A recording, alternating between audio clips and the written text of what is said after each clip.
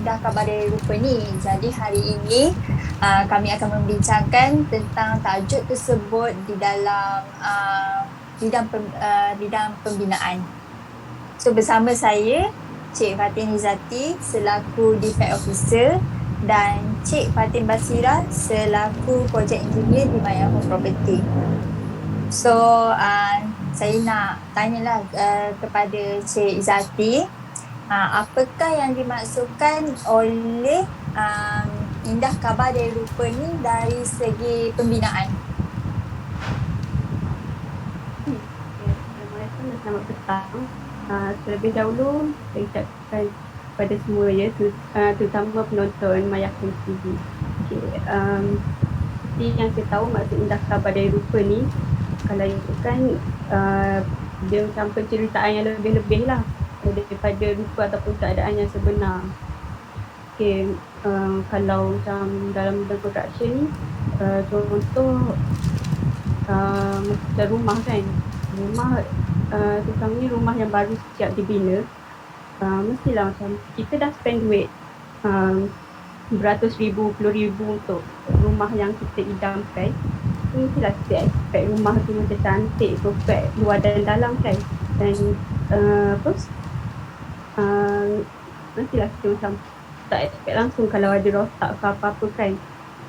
So kalau macam ikut Indah Kabar dari Rupa ni, mestilah ada macam bila kita dapat rumah yang dah siap, yang kita dah spend duit beratus ribu tu, alih-alih dapat dari luar kita tengok tu cantik, rupanya bila masuk banyak kerosakan, banyak defect dekat rumah tu lah, rumah yang baru siap dibina tu. So dari sini macam defect ataupun kerosakan yang ada dekat rumah yang baru siap ni, kita boleh dapat nampak yang visible lah, defect yang visible, macam cat yang tak kemas ke, cat tak cantik, ataupun crack kita boleh dapat dekat mana-mana mana-mana compound rumah lah kan, dekat dinding ke, lepas tu macam tiles rosak ke, fuse tak function, pipe rosak bocor, pipe rosak ataupun bocor kat mana-mana tu kan. Defect yang, contoh defect yang visible lah dekat rumah tu. So kalau boleh kita nak elakkan lah benda yang macam Indah Kabar dari Rupa ni lah kan, memang itulah. Okey. Ada tak contohlah kalau rumah tu ada defect lah kan, Maya Home Property ni sediakan tak after sales service, macam bila dah siap rumah, tuan rumah dah masuk, ada tak kita macam sediakan perbaikian, servis perbaikian yang defect-defect yang tuan rumah nampak? Biasanya lepas handover kunci ni, owner rumah akan ada DLP, defect liability period, ataupun bahasa yang dah faham warranty period lah kan. Once owner dah receive kunci tu, warranty period tu akan berjalan selama 6 bulan. So masa tempoh DLP ni, kalau owner rumah macam nampak defect ataupun apa-apalah kerosakan dekat rumah dia, dia boleh inform dekat pihak kontraktor, dan kita akan ambil tindakan lah untuk repair mana-mana rosak yang berlaku disebabkan semasa proses pembinaan rumah. Okey, terima kasih Cik Fatin atas explanation yang sangat detail. So soalan seterusnya saya nak tanya, perkara-perkara penting yang kita kena ambil berat dalam menghasilkan rumah yang selamat diduduki dan berkualiti. Cik Fatin Izati. Okey. Biasanya kualiti untuk hasilkan rumah yang berkualiti. Ya. Biasanya perkara-perkara yang penting, kualiti, kita akan pastikan kualiti bahan yang digunakan tu elok lah. So terusnya macam kemahiran pekerja, kita akan pastikan pekerja yang kita hire pekerja yang yang mahir lah untuk buat rumah tu. Macam kalau macam untuk pemasangan apa-apa ke, kita akan hire, kita akan upah pekerja yang macam pandai untuk pasang tingkap ke pintu dengan cara yang betul. Sebab kalau kita hire pekerja yang kurang mahir, nanti cara pemasangan dia tak betul, dan terusnya in future kita akan ada efek dia yang lagi teruk lah kan. Akan ada okey rosak mana-mana lah kan. Okay. Selain tu macam kita akan ikut ikut UPBL. Buat apa-apa kita akan aktiviti apa-apa kita akan ikut UPBL ataupun ikut garis panduan yang telah ditetapkan lah kan. Okay, macam contoh bilik air ke, kalau kita perasan kita nak masuk bilik air tu, lantai rumah dengan lantai ke bilik air tu tak sama level. So kalau kita buat sama level, nanti macam air daripada bilik air kita tu akan keluar daripada bilik air lah. So tak selamat lah untuk rumah tu. Okay, selain tu perkara yang yang mengambil yang perlu diambil berat ialah design rumah. Okay, design rumah tu macam kalau ikutkan dekat Malaysia ni, kita mostly memang kita akan pakai jenis bumbung yang kurang.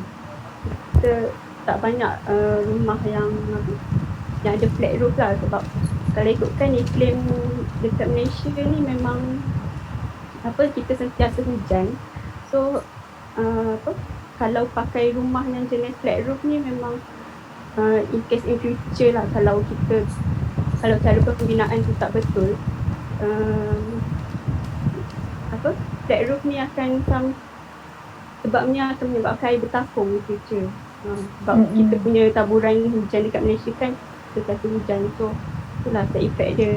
So, kalau boleh kita nak elakkan benda tu berlaku, kita memang akan design rumah tu memang ikut persekitaran kita lah, iaitu hujan guna bumbung yang bercurang. Okey. Kiranya nasihat arkitek pun samalah. Kalau arkitek pun biasanya dia akan nasihatkan untuk menggunakan design bumbung yang curang. Flat roof ni biasanya arkitek tak recommend lah untuk cuaca kat Malaysia ni. Okey. Soalan seterusnya, apakah tindakan yang diambil oleh pihak kontraktor jika ada defect ataupun kecacatan pada sesebuah bangunan ataupun rumah yang telah disiapkan dan macam tidak memenuhi piawaian yang telah ditetapkan? Apakah tindakan yang akan diambil oleh pihak kontraktor? Okay, biasanya kalau kita ada terima komplain daripada owner rumah lepas dia stay dekat rumah tu, kita akan terima komplain sama ada defect ke apa kan, kita akan diagnose dulu the defect. Kita akan pergi visit rumah tu and diagnose sendiri defect yang berlaku dekat rumah dia, dan identify dia punya punca berlakunya defect tu. Okay. So lepas kita identify punca berlaku defect tu, kita akan cari solution ataupun solution yang sesuai untuk kita repair defect yang ada kat rumah tu. Sebab setiap defect kita require kita ada different cara untuk treat. Itulah. Tapi before tu kita kalau kita terima aduan daripada owner ada rosak apa kat rumah dia, kita akan identify dulu macam jenis defect yang berlaku. Contohnya macam ada defect yang berlaku daripada punca pihak kontraktor sendiri, ataupun ada juga disebabkan kecuaian oleh owner rumah sendiri. Contoh macam kecuaian daripada owner rumah, contoh dia macam dia nak drill dinding, and then dinding tu tiba-tiba adalah lubang kat mana-mana ke, lepas tu dia claim tu daripada pihak kontraktor. So tu kita memang kita akan ambil ni lah, kita identify dulu lah, either tu daripada pihak kontraktor sendiri ke daripada owner rumah. Sebab kalau daripada owner rumah memang kita tak akan tanggung lah, terus kita akan repair semua tu. Okey, baik. Terima kasih Cik Fatih Izzati atas penerangan yang sangat detail. So beralih kepada Cik Fatin Basirah. Okey, saya nak tanya kepada Cik Fatin Basirah lah. Apakah alat yang digunakan untuk membuat inspection defect? Okay, terima kasih pada Cik Naziha, moderator kita petang ni. So, terlebih dahulu saya bagi salam dulu lah. Assalamualaikum semua. Okay. So, untuk jawab balik soalan semua tu, barang-barang yang kita kena bawa untuk inspect defect ialah spirit level. Kita akan gunakan spirit level yang panjang 1.2 meter. Lepas tu kita akan guna tapping rod untuk check tiles. Okay, kalau lah tuan rumah sendiri nak check, tak ada tapping rod, dia boleh pakai coin ataupun guli. Just campak je guli, kita tengok ada bunyi tiles tu kosong ke tak. Okay, selain daripada tu kita kena ada masking tape lah, masking tape ataupun stiker lah untuk tanda semua defect-defect tu kita tanda. Kalau kita tengok je, cakap saja, kita tahu kat mana, lepas tu macam mana nak mark benda tu kan. Okay. Lepas tu kita kena ada L square lah untuk tengok segala bucu tu bentuk L ke tak, betul ke 90 degree. Manalah tahu dia terlebih ke terkurang ke, dan tu kita boleh bagi tahu kepada defect inspector lah. Okey, terima kasih. So soalan seterusnya, material ataupun bahan apakah yang boleh digunakan untuk membaiki defect? Contoh defect ni dia retak, tak bocor, plat tak berfungsi, simen tak rata, tile kosong. So apakah bahan ataupun material yang akan digunakan untuk baiki defect tersebut? Okay, kalau defect ni first kita kena tengok punca dia dululah.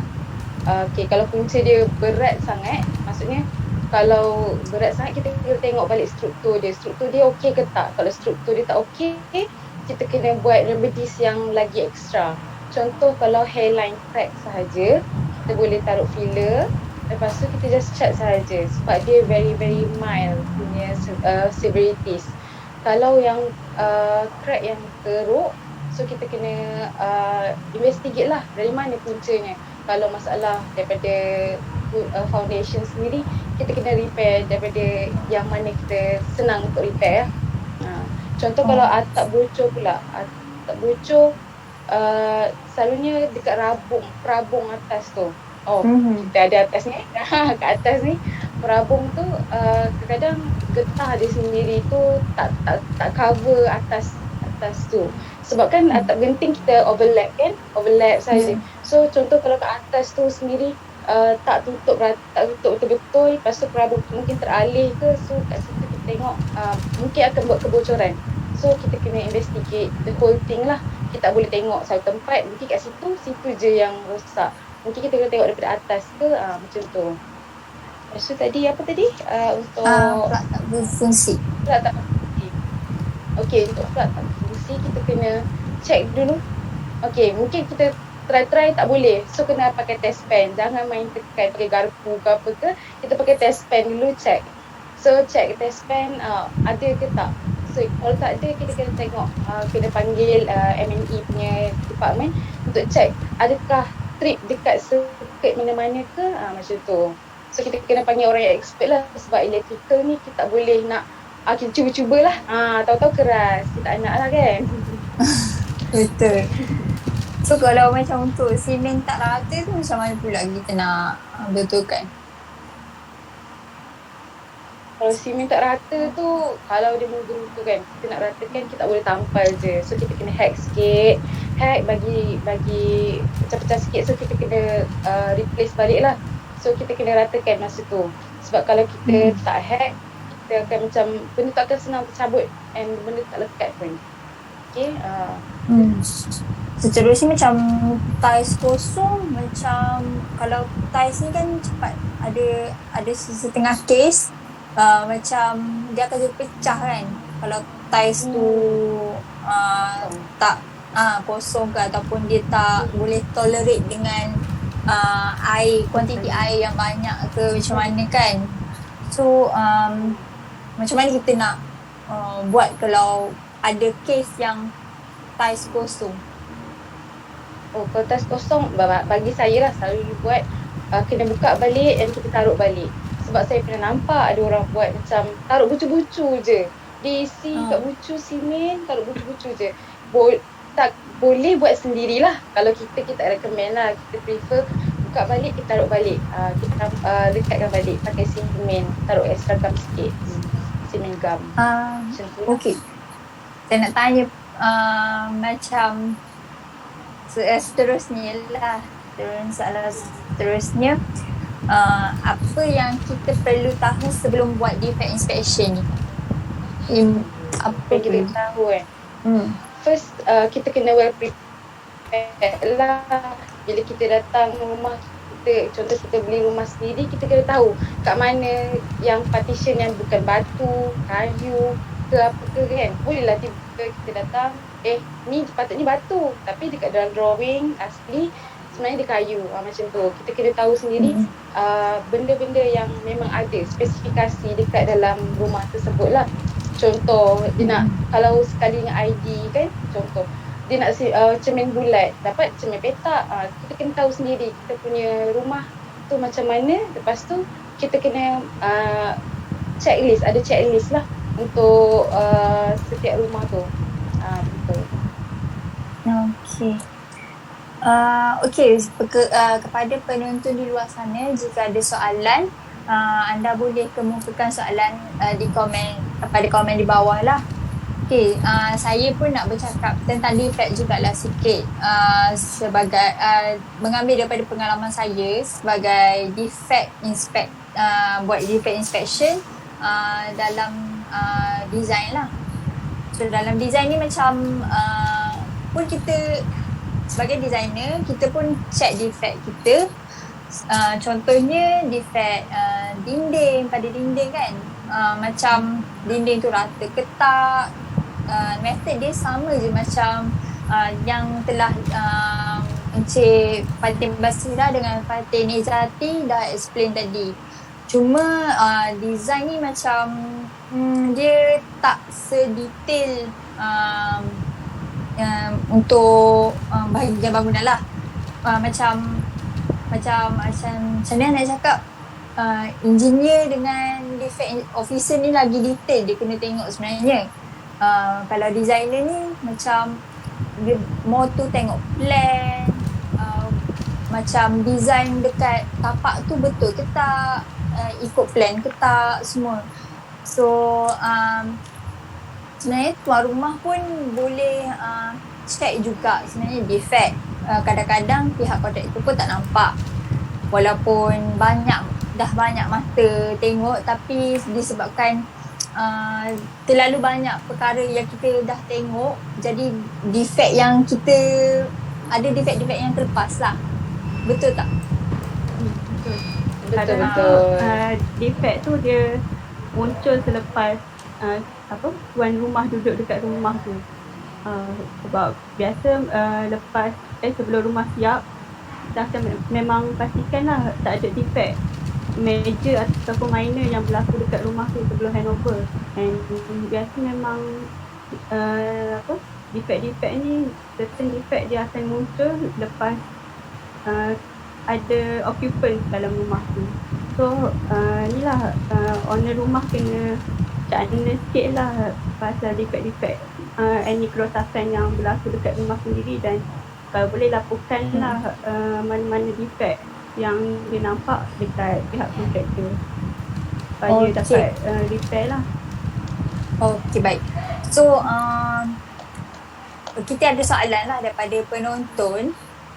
Macam mana cara untuk mengelakkan defect terjadi dari awal supaya tidak berlakunya indah dari rupa dari awal. Kiranya dalam construction tu kita macam mana kita nak buat Kalau macam untuk tu, elakkan defect? untuk elakkan defect dari awal, maksudnya kita kena supervise lebih teliti lah. Maksudnya kita bukan tak supervise, kita supervise, tapi kita sepatutnya teliti. Sebab bila pekerja-pekerja buat, mungkin air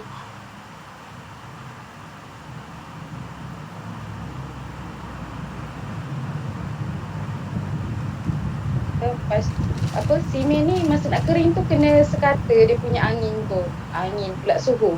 Kalau letak sekata mungkin akan ada crack, hairline crack semua tu.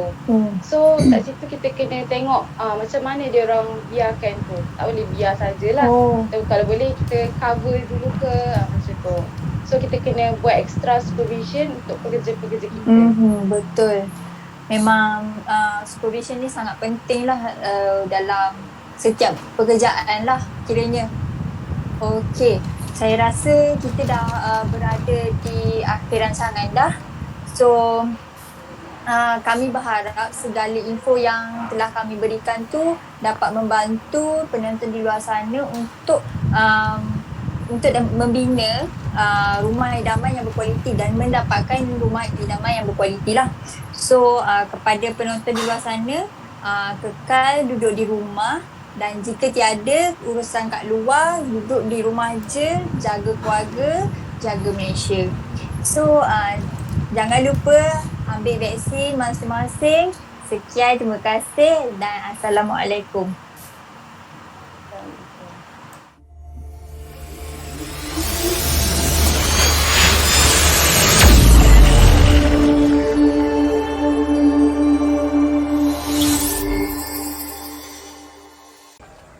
Tuhan sengaja menduga kita di mana kesabaran manusia.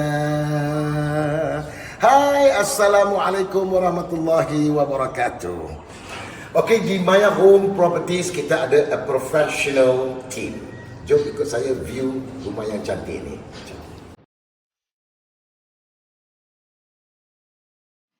Alright, ini master bedroom.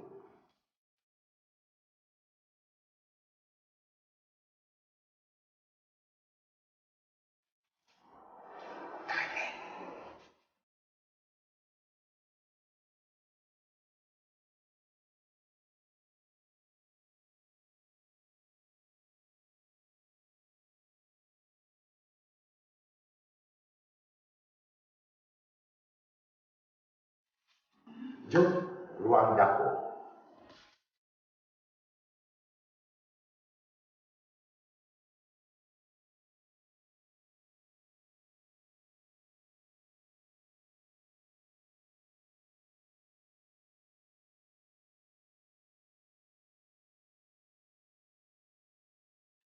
Anda nak bina rumah, anda nak renovate rumah, hubungi kami di Maya Home Properties. Make us your partner. Bye-bye and jumpa lagi.